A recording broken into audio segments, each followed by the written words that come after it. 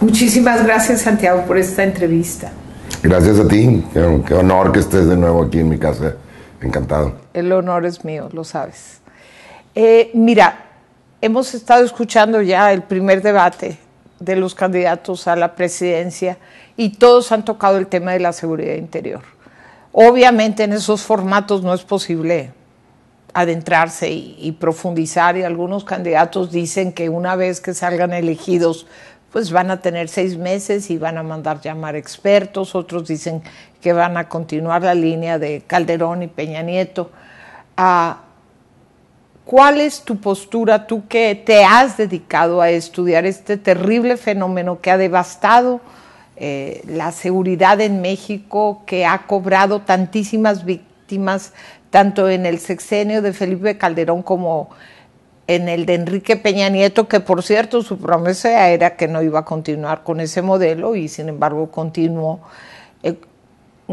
Haznos por favor ante el público un análisis y qué consideras indispensable cambiar para que no siga esta cantidad de desapariciones forzadas, secuestros, estudiantes disueltos en ácido. Esto es profundísimo. Se habla de las causas, se habla de herramientas para terminar con esto, al menos aminorarlo fuertemente. ¿Cuál es tu propuesta como experto? Porque ninguno de los candidatos es experto. Algunos no han tenido ni cargos públicos donde manejen siquiera policías. Eso es lo más importante, que se reconozcan como no expertos y que manejen un poco de modestia en el tema, ¿no? Porque a veces hablan como si supieran. Entonces, mira, traemos una gran confusión en México en el tema de seguridad. Déjame rápidamente te digo, hay 3 tipos de delitos: sociofamiliares, violaciones, violencia familiar, lesiones dolosas, que son riñas, que tienen que ver, no son temas policíacos, son temas que se dan por N factores familiares, sociales, personales, y eso se tratan de cierta manera, eso se tratan no con policía, sino preventivamente, con mucha información. Yo te he platicado cómo se bajan las violaciones, dando la información, sí, capturando información y regresándola. Pero hay otras cosas que se pueden hacer, hay mejorar los parques de la ciudad, quizá promover el empleo entre esta población, si es que esa fuera la causa. Desarrollo social tiene mucho que ver, deportes, cultura, recreación. Es decir, llevar lo mejor que se pueda a los que menos tienen, porque generalmente la violencia en familiar, en la escuela, en el barrio, en la pareja, en el noviazgo, se da la violencia es una gran máscara, la ira es una gran máscara. Detrás de eso hay otras emociones y otras necesidades. Y el sistema nos está hablando de necesidades profundas que hay que atender. ¿Qué le está faltando a esta población? Que podamos nosotros brindarle desde el municipio, desde el Estado, desde ONGs. Esa es la manera de tratar este tema, no me voy a más, ¿no? Pero esos son delitos sociofamiliares. En el semáforo delictivo los vemos, los tratamos, y cuando nos toca trabajar con algún municipio o estado, juntamos a todo el grupo de lo que llamamos de delitos sociofamiliares, que es el DIF, el Instituto de la Mujer, deportes, cultura, desarrollo social, desarrollo económico, etcétera. Todas estas áreas enfocadas en lo social es cómo se trabaja, ¿no? A veces se suele decir es que son los grupos más marginados, pero no necesariamente es una marginación económica. El problema es que no tienen acceso a una serie de informaciones, servicios o bienestar que se traduce en violencia, ¿no? Pero ese es un tema. Luego tienen los delitos más de policía preventiva, de la policía municipal o estatal, que son robos. Robo a casa, robo a negocio, robo a personas y todo el tipo de robos. Y esta policía está para prevenir estos robos y para atender una emergencia rápida, ¿no? Ese es el otro tipo de delitos. ¿Qué hacemos? Debería de estar. Sí. ¿Qué hacemos con ellos? ¿Qué hago yo cuando entramos a trabajar con policías? Utilizando la estadística, al igual que en estos casos, vemos en qué colonias, qué días, a qué horas tenemos ciertos delitos. Siempre tienen pocos recursos las policías, es impresionante, ¿no? A veces no hay suficientes patrullas, o radios, o sueldos, Y sin embargo, a pesar de esas restricciones, aprenden ellos a tomar mejores decisiones. Toda nuestra metodología es tomar mejores decisiones.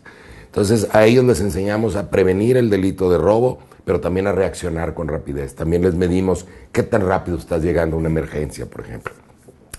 Y hay muchas cosas que se pueden hacer para prevenir este tipo de delitos desde la policía, ¿no?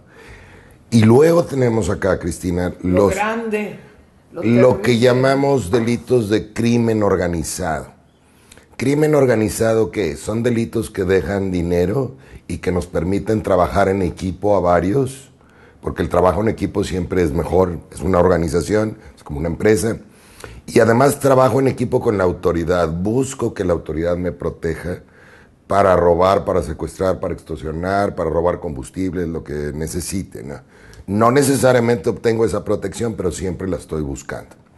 El robo de vehículo es una frontera entre estos dos delitos, los robos y el crimen organizado, porque ya el robo de auto o el robo de vehículo más amplio. ¿Es más complicado llevarte esa mercancía o por qué? Porque ya es rentable, es lo más rentable. De todos los robos, robar autos es lo más rentable.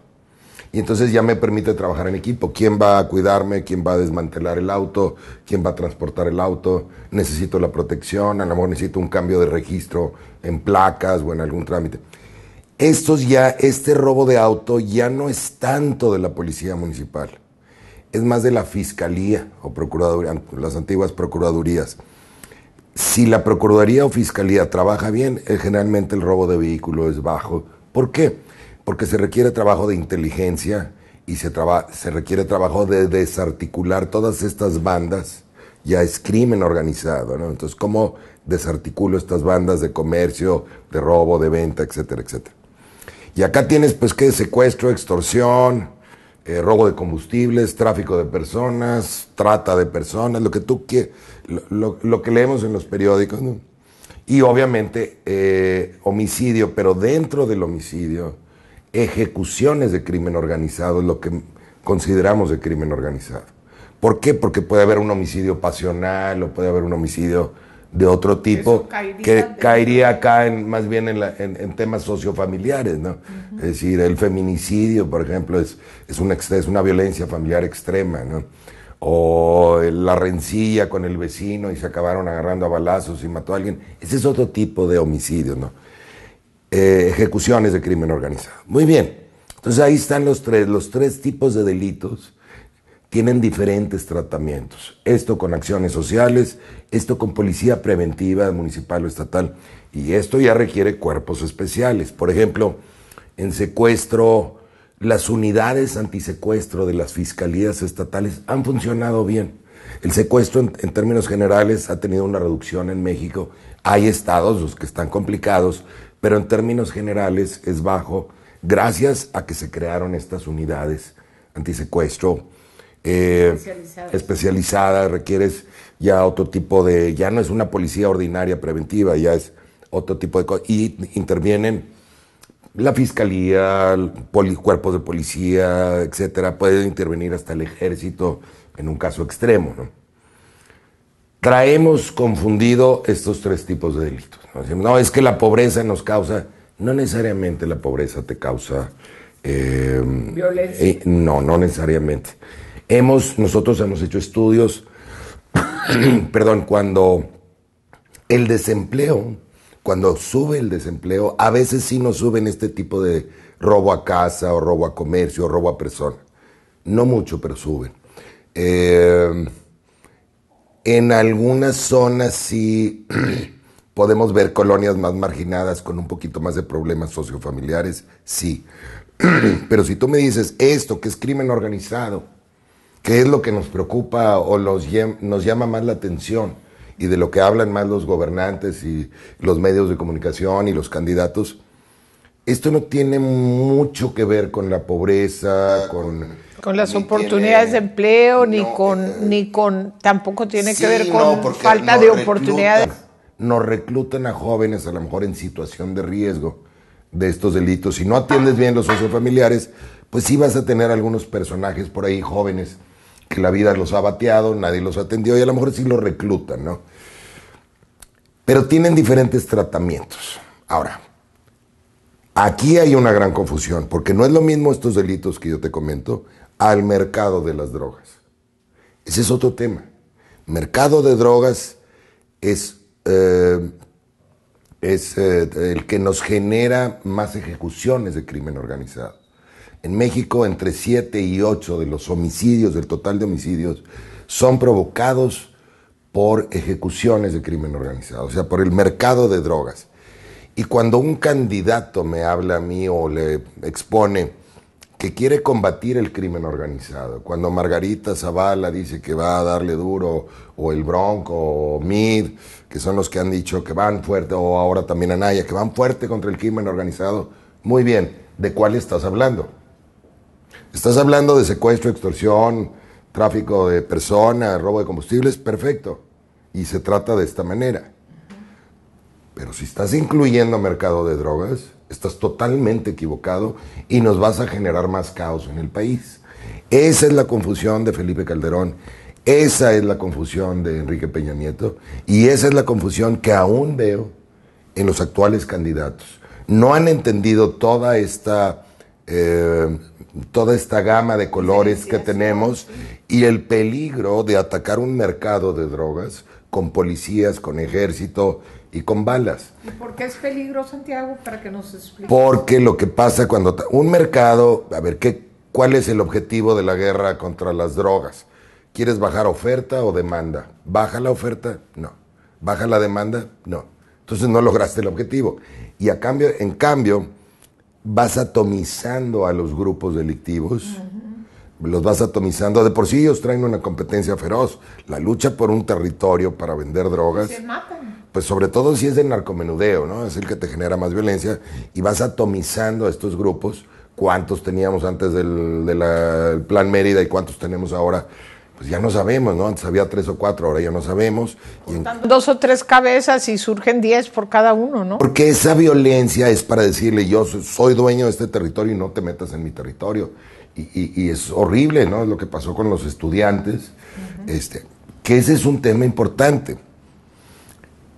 Es que se matan entre ellos, era lo que escuchábamos antes, ¿no? Es un tema de narcomenudistas. Bueno, pues que se maten entre ellos. No, aquí hay una serie de víctimas inocentes, estudiantes, policías, alcaldes, políticos en general, medios, periodistas, amas de casa, papás, mamás, estudiantes, mujeres que iban transitando por ahí, que se va haciendo una ola de violencia muy cruel este tipo de violencia que ejerce el mercado de drogas. Entonces, esa es la confusión que traemos en México. Y hay 3 maneras de tratar esto. Es una guerra frontal, que es lo que traemos nosotros, Colombia, y que hemos traído por 12 años ya. Y no funciona. Y que cada día, Estados Unidos sigue recibiendo su droga, no la paran ni en Estados Unidos, ¿verdad? La distribuyen mágicamente, nunca sabe uno cómo, pero le llega a ¿cuántos millones de consumidores son? ¿30 millones de personas? Sí, pues es un mercadote. Es el mercado más grande del mundo, ¿no? Antes de la guerra de Calderón, teníamos alrededor de 2,000 ejecutados por año en México. No homicidios, 2,000 ejecutados. Estas guerras entre ellos, pero también afectando a civiles, 2,000 ejecutados por año. Ahora las tenemos por mes. De ese tamaño crecimos esto. Entonces, si lo que queremos es bajar la tasa de homicidios en México, que es alta, somos de los países más altos, juntos con Colombia, Brasil, Venezuela, que Venezuela tiene otros problemas, Centroamérica, somos de las tasas más altas. Tenemos alrededor de una tasa de 20, 21 homicidios por cada 100,000 habitantes en el año. El mundo está en 6. Estados Unidos también anda por ahí de 6. Chile... Estados Unidos, donde llegan con metralletas a las... Bueno, pero menos, porque no traen esta guerra, porque ellos no aplican esta guerra. Pero este modelo no los han impuesto. Pero ellos no lo hacen. Chile, nomás para terminar la idea, tiene 1.7. 20, 6. Estados Unidos por ahí también 6. Chile 1.7. Es el país más tranquilo en Latinoamérica. Y España tiene 1 o menos de 1. Entonces, si le quitamos, vuelvo a lo mismo, el 75%, 80% del problema en homicidios son ejecuciones de crimen organizado que tu guerra contra el mercado ha provocado. Si le quitamos eso de una varita mágica, y ahorita hablamos de la varita mágica, pero le quitáramos eso, la tasa de México andaría como la de Estados Unidos, hasta un poco más baja. Y no lo vas a lograr con policías, ni atendiendo pobreza, ni con ejército, ni más guerras. Este es una gran confusión. Entonces, insisto, 3 maneras de tratar el problema. De frente, guerra frontal, te provoca todo este problema. La otra, administras el problema. Desde hacerte para un lado y tú vendes drogas, y un poquito, yo me volteo para otro lado, nomás no me causes problemas aquí en esta zona, ni acá, ni me causes violaciones, ni me secuestres, ni extorsiones. Tú vende tu droga y yo me volteo para otro lado. Hasta lo que hacen algunos países europeos, en donde le dan tratamiento a los adictos y Esa es otra manera de tratar el problema. Guerra frontal, administrar el problema. Pero tampoco es conveniente porque te genera algunos problemas. Te mantiene a las mafias, que en cualquier momento se te pueden volver violentas, y a veces te provoca problemas de consumo, como lo tiene Estados Unidos, tiene un grave problema de consumo. Ok, ¿cuál es la tercera vía? Regular las drogas. ¿Por qué regular las drogas? Porque les quitas el mercado, porque atiendes el problema con lo que es un tema de salud. Entonces reduces daños, previenes consumos, proteges a los jóvenes y estás fortaleciendo el Estado de Derecho. Porque entonces sí, la gente dice, las leyes, esto sí funciona, esto nos está dando resultados. En cambio, si yo hago la guerra frontal contra el mercado, estoy debilitando al Estado de Derecho mexicano. Nos corrompen jueces, nos matan policías, nos corrompen policías, corrompen a la sociedad entera. Entonces, esa gama, esos matices, son los que no acaban de entender los candidatos y no lo ha acabado de entender. No lo entendió Calderón y no lo entendió Peña Nieto. Calderón decía que el ejército mexicano era más poderoso que estas mafias. Pues sí, pero este es un mercado, y meter al ejército mexicano a combatir un mercado, pues ahí están las consecuencias.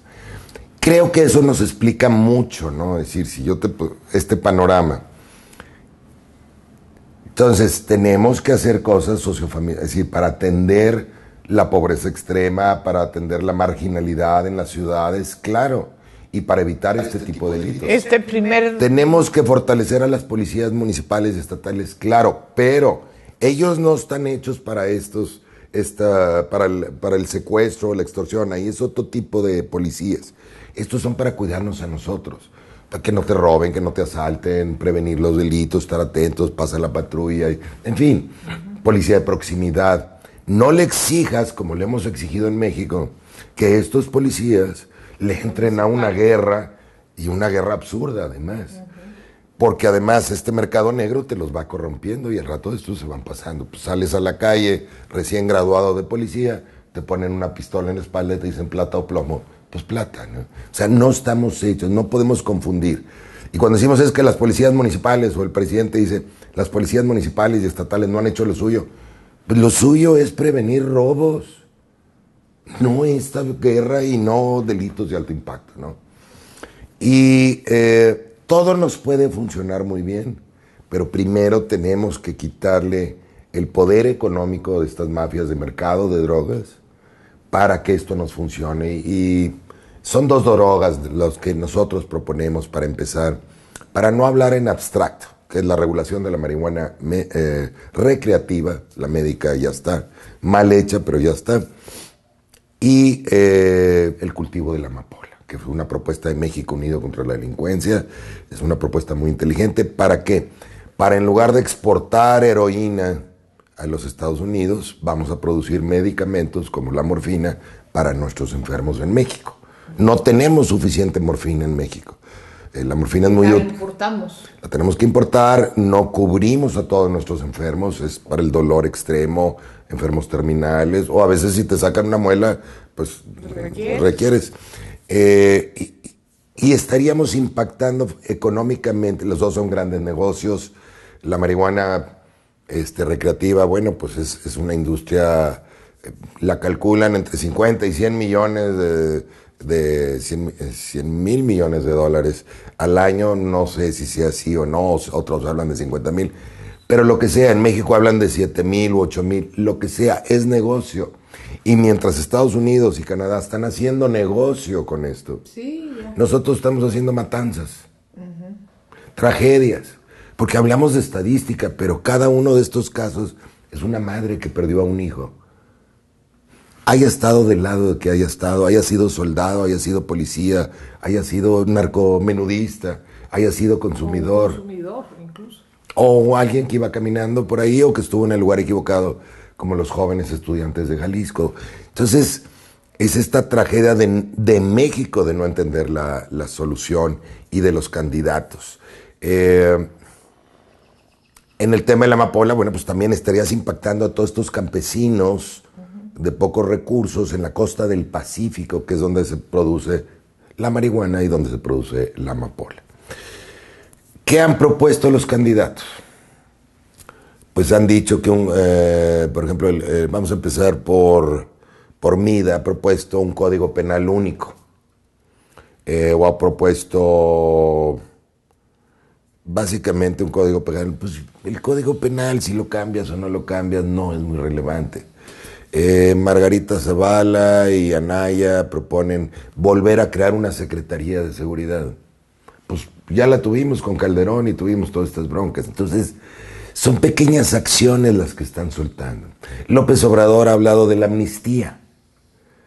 Una amnistía funciona muy bien en una guerra civil. ¿México está en una guerra civil? No, está en una guerra por un mercado de drogas. Entonces, si tú dejas intacto el mercado de drogas y das amnistía, para empezar, ¿a quién le vas a dar amnistía? Lo deja en términos muy abiertos, muy abstractos. Parece que insinúa que sería, o ha dicho que sería, por ejemplo, no, si lo deja muy abierto, pero ha dicho que sería para los campesinos estos que están sembrando amapola, marihuana. Lo dijo después. Nosotros, como semáforo electivo, dijimos, amnistía, sí. Si vas a regular drogas, claro que amnistía. ¿Para quién? Para el campesino del que cultiva amapola. Y de ahí parece ser que lo toma él. ¿Okay? ¿Se inspiró en ustedes? Pues no sé, pero se inspiró un poquito, pero no acaba de comprometerse. Ningún candidato se ha comprometido con la regulación del mercado de drogas como la opción más inteligente, más humana, más efectiva, la que la historia nos va a dar la razón y la que ya muchos países en el mundo están... ¿Cuáles? ¿Me puedes mencionar? Además de Holanda, famosísimo. No, pero... Suiza en la heroína, Turquía con la amapola, si te vas a... Y en heroína ya hay muchos países que han seguido el modelo suizo, desde Alemania, Canadá lo está siguiendo. Si hablamos de marihuana, que es la más fácil, pues hay muchos ejemplos. Sí, Uruguay manejado por el gobierno, muy venta de gobierno. En Estados Unidos pues tienes más bien venta por iniciativa privada, pero pueden ser pequeños y medianos como en California. O sea, le dan, incluso en California, le dan el negocio a veces a quienes injustamente la guerra contra las drogas los hizo sufrir, les dan la licencia para compensar esto. Muy interesante. Entonces, puede ser los modelos, el que sea nos va a servir. Pero yo me voy más por el modelo de venta por pequeños y medianos, ¿no? Y el fantasma de que si le quitas el negocio a los narcotraficantes, se van a dedicar al secuestro, a la extorsión, a los órganos. A ver, estos grupos violentos de narcotráfico, ¿cuándo utilizan el secuestro y la extorsión? Lo utilizan para ejercer su control territorial. Ya les quitaste este negocio y además les quitaste la plata. Entonces, a lo mejor algunos grupos... Han de tener bastante en el banco, seamos sinceros. No dura mucho, tienes un ejército de gentes. Se te acaba rápidamente el dinero. Cuando se les acaba el dinero es cuando empiezan a tratar de ejercer algo de secuestros, pero no es lo mismo un mercado que un delito. Con menos plata hay menos plomo.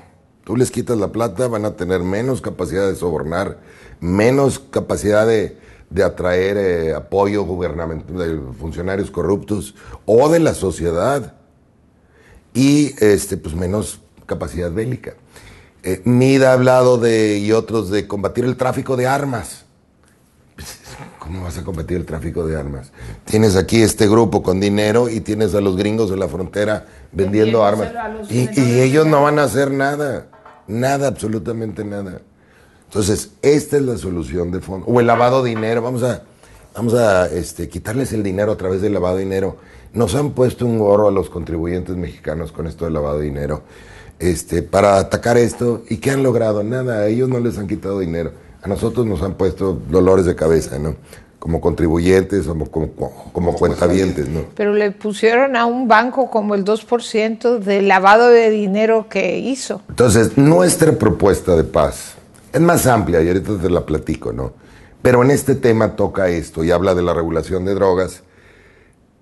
Lo difícil de nuestra metodología no es la metodología en sí, ahorita lo platicamos, sino el cambio de paradigmas. Y uno de los cambios de cambio de paradigmas, cambio de mentalidad que exigimos, es hay que aceptar el problema, pero hay que aceptar la solución. Porque este diagnóstico está muy claro desde hace muchos años, por lo menos entre algunos especialistas. Pero no queremos como sociedad mexicana aceptar la solución. No, ¿por qué? Escandaliza mucho. Las drogas son malas. Pues si son tan malas, ¿para qué se las das a las mafias? No, pues vamos a controlarlas médicamente. Bueno, muy bien, ya me convenciste, pero si les quitas ese negocio, se van a dedicar al secuestro y la extorsión. No, son delitos. A lo mejor algunos grupos sí, pero esto se combate con policías, cuerpos especializados. Y ya, sin plata, tú, mafioso, le voy a dar mucho más oportunidad a mis cuerpos de policía especializados en llevarte a la cárcel o en contenerte o en bajar esta incidencia, ¿no? ¿Qué otra objeción? De la sociedad mexicana. Si tú regulas drogas, va a haber muchos consumos. Sí, mis hijos van a estar expuestos. ¿Cuál es el lugar donde se venden más drogas? O el primer contacto con drogas, la escuela. Que hable con sus hijos. El mercado ya está y está manejado por mafias. Y sus hijos o ya están consumiendo drogas, o ya se las están ofreciendo, o ya los reclutaron como vendedores en la escuela. Entonces, es como avestruz, no quieren ver esto. Justamente la política regulatoria es proteger a los jóvenes, ¿no? Pero bueno, hay una serie de confusiones en el tema, como estas, y hay que aceptar el problema y hay que aceptar la solución.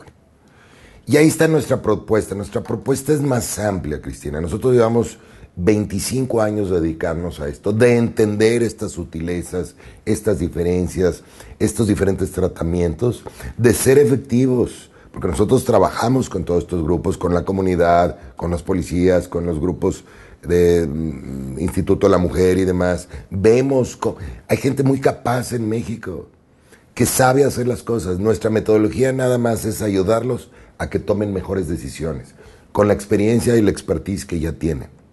Les metemos un poquito de información estadística y los enseñamos a tomar decisiones más prácticas, más rápidas.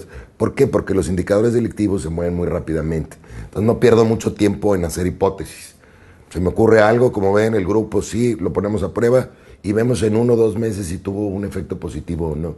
Y si tuvo un efecto positivo lo reforzamos y si no lo descartamos. Entonces es un sistema que está aprendiendo continuamente. Esa es la metodología del semáforo delictivo. Es focalizar.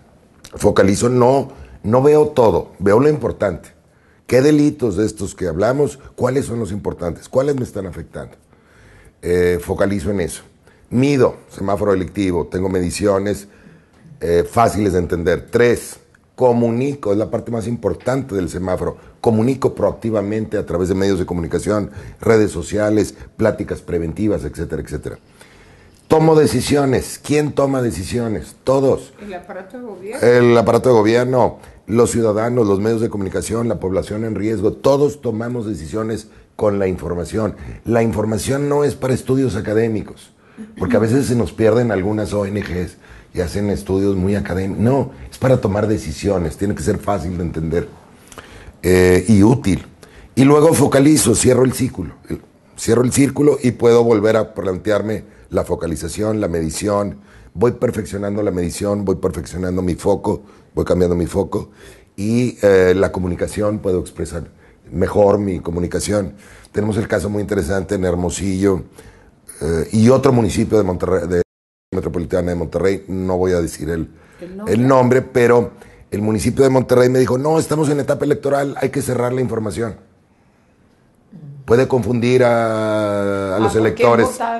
Sí. Y Hermosillo, yo insistí mucho y ellos siguieron publicando el perfil delictivo, dónde roban, dónde esto, dónde el otro, a qué horas.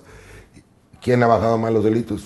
Hermosillo. Claro, Hermosillo. La información es padrísima. Entonces, esa es la metodología, en resumidas cuentas, está en nuestra página, pero implica un gran cambio de paradigma. Implica, en primer lugar, tener una visión positiva del futuro. Y eso es algo que los mexicanos batallamos mucho. Nos autocondenamos al fracaso. No, bueno, Santiago, es que Suiza reguló tal y tal, pero nosotros no somos suizos. Ajá. Bueno, pero es que fue Uruguay, fíjate, bueno, pues es que Uruguay es un país pequeño, no, nosotros somos muy complejos. Okay. Oye, es que Turquía, fíjate que hizo un gran modelo de tal. Ah, bueno, pues no somos turcos. Bueno, pues en total. O sea, no hay manera de ganarle a alguien con una actitud, con una nube gris o negra que trae arriba. Y él mismo se está condenando a ser un país de tercer mundo en vez de ser un país de primer mundo. Pues compadre, si quieres ser suizo, pues toma decisiones como los suizos, empieza a experimentar, ¿no? Entonces, y lo primero es esta visión positiva. Sí podemos ser un país en paz, sí podemos ser radicalmente cambiar esto. Estas cosas nos van a llevar más tiempo, pero el mercado de drogas podemos atenderlo rápidamente y empezar a dar pasos en la dirección correcta, que no los hemos dado en 10 años, ¿no? Demostrarnos a nosotros mismos y al mundo entero que podemos resolver nuestros problemas, porque estamos autocondenándonos al fracaso. Ok, otro cambio de paradigma es aceptar las cosas. ¿Cómo batallamos cuando estamos trabajando con alguien? Con los políticos que niegan el problema, lo minimizan, lo tratan de hacer pequeño, o con una sociedad que no quiere entender una moralista solución. También le llama, sí. ¿no? Y la doble cara, ¿no? Porque moralista para allá, pero para acá no sé. Bueno, pero cuando tenemos un gobernante que niega los problemas, minimiza, se nos suben los índices delictivos, Cristina. Y cuando tenemos a alguien que acepta, un grupo con el que trabajamos que acepta las cosas, bajan generalmente los índices delictivos. Es tener un enfoque pragmático. A veces siento que el pragmatismo se nos perdió en la historia de México, ¿no? Filosofamos, hablamos muy elevadamente, pero nadie dice, oye, vamos a ponerlo en práctica y a ver qué pasa, ¿no? Vamos a darnos esa oportunidad. A lo mejor no es lo correcto, pero vamos a probarlo. ¿Cómo aprendimos a caminar tú y yo? Pues cayéndonos, ¿no? A cada rato. ¿Cómo aprendimos a hablar? Pues balbuceando. ¿Cómo aprendimos a socializar? Pues cometiendo errores, ¿verdad? También. Pero va uno aprendiendo y esa es la única manera. El movimiento es lo que te da el aprendizaje. Yo sí te quiero hacer una pregunta, te interrumpo nomás y si no, contéstamela después. México no está aislado. México está al sur de la frontera de Estados Unidos. Estados Unidos es un gran mercado. Estados Unidos, y creo que desde la DEA se diseñó el Plan Mérida, si no, sí, corrígeme, claro. Fue impuesto prácticamente sobre Felipe Calderón. El Plan DEA porque la DEA, para justificar su fracaso en Estados Unidos, se les mueren más de 60,000 personas al año por consumo de opioides y heroína y demás. Y para justificar eso, dicen, no, pues es que la culpa es de los mexicanos, o de los colombianos, porque también se les mueren por cocaína, o de no sé quién allá afuera, ¿no? Nosotros no. Nosotros los gringos somos perfectos, los malos están afuera y nosotros somos los buenos. Sí. Externalicen su problema. Y nos metieron en esta guerra y nosotros de tarugos que aceptamos, ¿no? Pero nomás era de tarugos o hay todo un plan malévolo. Pues te hacen, como dicen en Sonora, te hacen manita de coche, o sea, te hacen presión, ¿no? Suponiendo que alguno de los candidatos que sí llegue a la presidencia de la República se lograra convencer de esto que tú dices que es urgente controlar desde el gobierno las drogas y inclusive permitir el consumo y que el gobierno surta, ¿Estados Unidos se va a quedar tan tranquilo? Canadá está regulando sus drogas, entonces ¿cómo justifican que México no? Hay drogas que les entran por la frontera de Canadá. Tú le puedes decir, bueno, pues ya California todos estos estados ya regularon la marihuana, pues si no la regulo yo, ahora me va a caer el flujo de marihuana de allá para acá. 2, aquí hay una matanza. Yo no puedo ir en contra de mi población por hacerte caso a ti. 3, con lo de la amapola, el cultivo de la amapola, pues yo te voy a ayudar porque no va a estar exportándose la heroína. En fin, hay muchos argumentos racionales que no veo por qué no. Y los que venden armas, que también les conviene que México esté en esta situación. Exactamente, tú no estás haciendo nada por las armas, me tienes invadido, entonces pues yo voy a tener que hacer esto por allá a resolver el problema. En fin, no es de argumentos, es de valentía, es de ponerse los pantalones. Y es al revés, Cristina, es de inteligencia, es de voltearles el papel y decirles, ¿sabes qué? El Tratado de Libre Comercio, ok, pero fíjate que en lo de seguridad yo voy a tomar mis propias decisiones. Es decir, aquí en el tema de seguridad, en el tema de drogas, en el tema de fronteras, nosotros equivocadamente sentimos que somos la parte débil porque somos el país débil, pero podemos voltear los argumentos a nuestro favor. Entonces hay que hacerlo con inteligencia. En fin, lo que nosotros propusimos, volviendo al tema de seguridad, es una metodología, un cambio paradigmático, tener un enfoque científico, un enfoque nacionalista relacionado a lo que tú estás diciendo. No aceptemos estas imposiciones de afuera. Un enfoque de fortalecer al Estado de Derecho mexicano y no debilitarlo. Y es esta metodología con estos paradigmas, que es donde a veces batallamos, lo que propusimos a México, a los candidatos, que vean la propuesta. Y ¿Les mandaste una propuesta por escrito? Pues se las mandé por vía electrónica a algunos de ellos, a los que van en las encuestas más arriba. Por Twitter se las mandé a todo mundo. Y algunos me han contactado. Algunos me han contactado y entienden la propuesta. ¿No te han pedido cita expresa para...? Hemos estado en contacto con algunos de ellos. Sienten que el tema de regulación de drogas es muy controversial para una campaña. Les da miedo. ¿Por qué les da miedo? Porque la población no acaba de entender el tema. Pero no necesariamente están en contra. ¿Sí? Pero públicamente no se atreven a decirlo. Los políticos no son valientes. Los políticos se peinan para... Los políticos quieren votos. Así. Necesitan votos, Así para llegar a donde... Y hay que entenderlo, ok. Sí, hay que entender. De repente en la historia se da un líder así fuera de serie. Pero pues es raro, ¿no? No nomás en México, en todo el mundo. Otros no, otros se han mostrado básicamente como que no les interesa. Entonces, pues, el tema va más allá de los candidatos. Llegue quien llegue, los mexicanos tenemos que entender estos temas para resolverlos. Y si el gobernante no lo entiende, hay que entenderlo nosotros para presionarlo en la dirección correcta. Es decir, los políticos no proponen cosas nuevas. Los políticos reaccionan a lo que la población piensa y siente. Pero la población también está muy manipulada por los medios de información masiva, ¿no?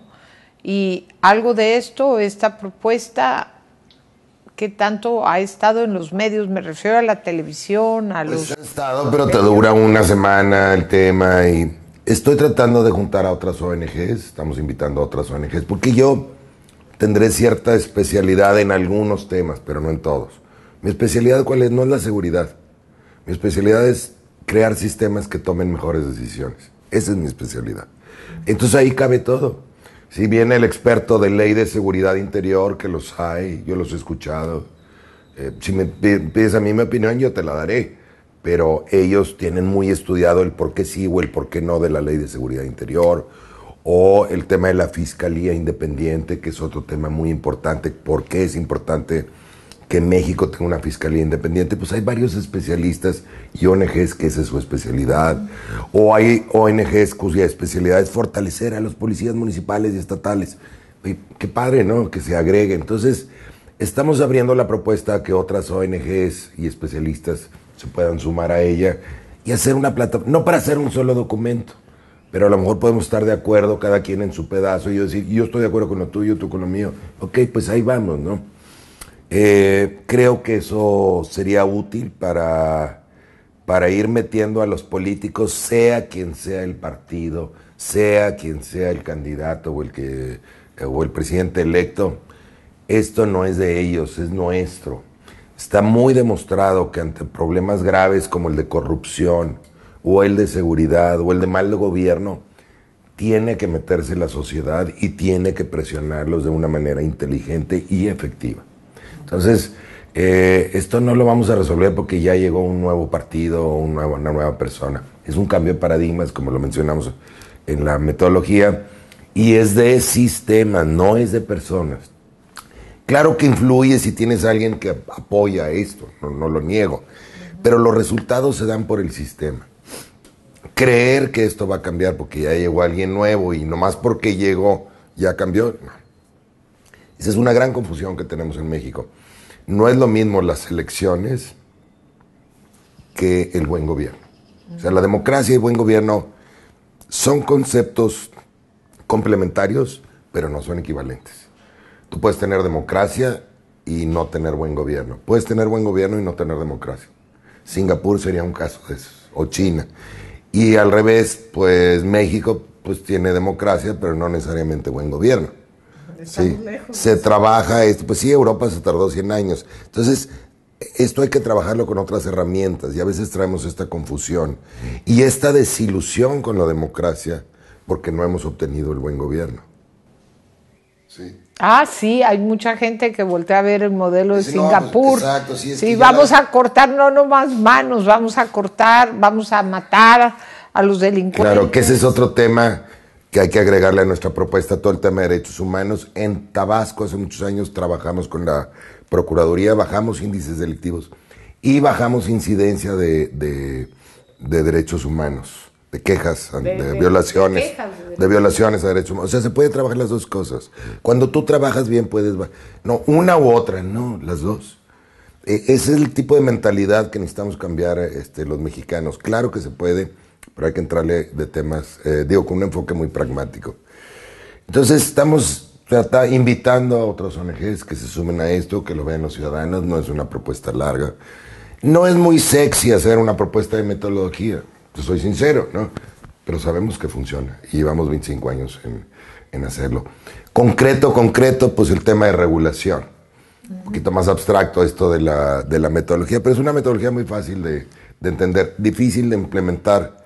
Esto de regulación vis a vis legalizar es equivalente. Sí, pero no usamos el término legalizar por la confusión que la gente tiene y cree que legalizar es promover drogas. Ninguna política de drogas promueve drogas. Indirectamente sí, cuando tú prohíbes una droga, las mafias empiezan a promoverlas, ¿verdad? Es un efecto paradoja que también mencionamos en la propuesta. Pero en fin, es un tema en el que debemos, entre más gente le entendamos a esto, especialistas, veo especialistas confundidos. Veo especialistas en los medios nacionales que dicen, no, es que regular drogas no va a tener, bueno, lo dijo además Mid y Anaya, es que regular drogas no va a tener ningún efecto grande, va a ser un efecto marginal. ¿Cómo? O sea, ¿se te hace poco que el 80% de los muertos en el país sean por ese tema? Pues no es un efecto marginal, es un efecto sustancial. ¿Quién te dijo eso? ¿Por qué hablas, Mid, como si supieras? O Anaya, ¿por qué dices que no es la solución? ¿A qué no es la solución? O sea, estás contestando tonteras. Y yo le mandé WhatsApp a Anaya desde hace varios meses, le dije, cuidado, viene este tema, yo lo voy a estar tocando, te van a abordar los reporteros. Y contestó muy mal. Le dije, contestaste muy mal. Y me bloqueó del WhatsApp. Bueno, pues yo ya no puedo hacer más. Claro, busqué a Castañeda y a Agustín Basabe. ¿Y si te recibieron? Pues ellos los conozco y recibieron, pero no. ¿Qué pueden decir? Están en elecciones, están contra... No tenemos políticos de a de veras. O sea, no hay un líder en esta contienda, yo no veo. No de a de veras, ¿no? Que hable lo que es y lo que no es. El no sé, qué padre frase es, ¿verdad? Pues no sé. ¿Por qué no se atreven más a decir no sé de este tema, no sé? En algunas veces lo usan, pero muy poco. Y es algo que debemos promover más, ¿no? Es decir, que un político diga, no sé, no tengo idea de lo que me está preguntando, pero voy a investigar o voy a invitar a los especialistas. Qué bueno que me hace esa pregunta para darme cuenta que no sé de este tema. Entonces, desde tu punto de vista, si esto se aplicara, esta visión que tienes tú y el semáforo delictivo como ONG, si se aplicara, ¿cuántos muertos dejaría de haber en el país al año? Pues mira, tenemos alrededor de 20,000 al año y le vamos a quitar pues el 80%, ¿no? Que es 16,000. 18,000. 18,000, 16,000. Sí, le vas a quitar el 80% al tema de homicidios. Al tema de homicidios. Si en tu municipio hay 10 muertos al mes, pues ahora ya nomás va a haber 1 o 2. Y por temas de otros, no por ejecuciones. Van a bajar radicalmente las ejecuciones. Secuestros y extorsión probablemente bajen también, pero eso no quiere decir que no requieras cuerpos especiales para seguir para seguir vigilando. Sí, es un fenómeno muy complejo, sí, claro. Pero se debe de comenzar por quitarle el dinero por a tu la rival, regulación. ¿no? Sí. Pues muchísimas gracias, Santiago. No sé si quieras agregar algo más a eso. Nada más, está nuestra propuesta en nuestra página, en www.semáforo.mx. Te agradezco mucho la plática. Espero sea útil para México. Y encantado, estamos a las órdenes de cualquiera que quiera entenderlo más a fondo, o quiera enriquecerla, o quiera criticarla, o mejorarla, agregarle algo, estamos a sus órdenes. Muchísimas